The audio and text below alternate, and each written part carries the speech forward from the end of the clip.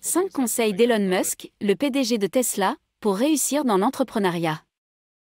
3 points clés pour réussir dans l'entrepreneuriat? Je pense que je vais plutôt en choisir 4. Je vais essayer, et je pense que ce sont des points assez importants. Certains d'entre eux vont sembler comme du réchauffé, mais ça vaut la peine de les réaffirmer. Je pense que le premier, c'est que vous devez travailler très dur si vous voulez réussir, surtout si vous créez une entreprise. Alors, que signifie travailler très dur?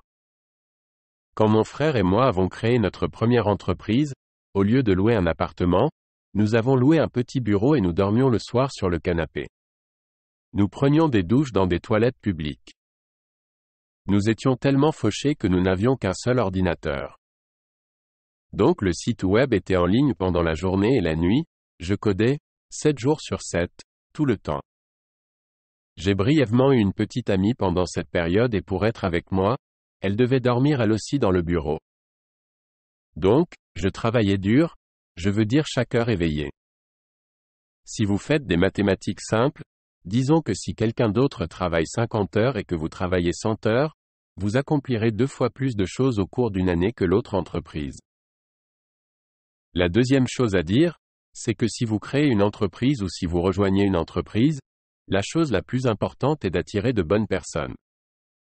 Rejoignez un groupe formidable que vous respectez vraiment ou si vous créez une entreprise, rassemblez des gens formidables. Une entreprise n'est rien d'autre qu'un groupe de personnes qui se sont rassemblées pour créer un produit ou un service.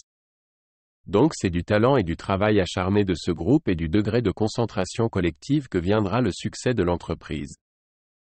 Faites donc tout ce que vous pouvez pour rassembler des personnes formidables si vous créez une entreprise. Ensuite, je conseillerais de se concentrer sur le signal plutôt que sur le bruit. Beaucoup d'entreprises sont confuses et dépensent de l'argent pour des choses qui ne rendent pas le produit meilleur. Par exemple, chez Tesla, nous n'avons jamais dépensé d'argent en publicité. Nous avons investi tout l'argent dans la recherche et le développement, la fabrication et la conception pour essayer de rendre la voiture aussi bonne que possible. Et je pense que c'est la meilleure façon de faire. Pour n'importe quelle entreprise, réfléchissez toujours en vous demandant si les efforts que les gens déploient donnent lieu à un meilleur produit ou pas.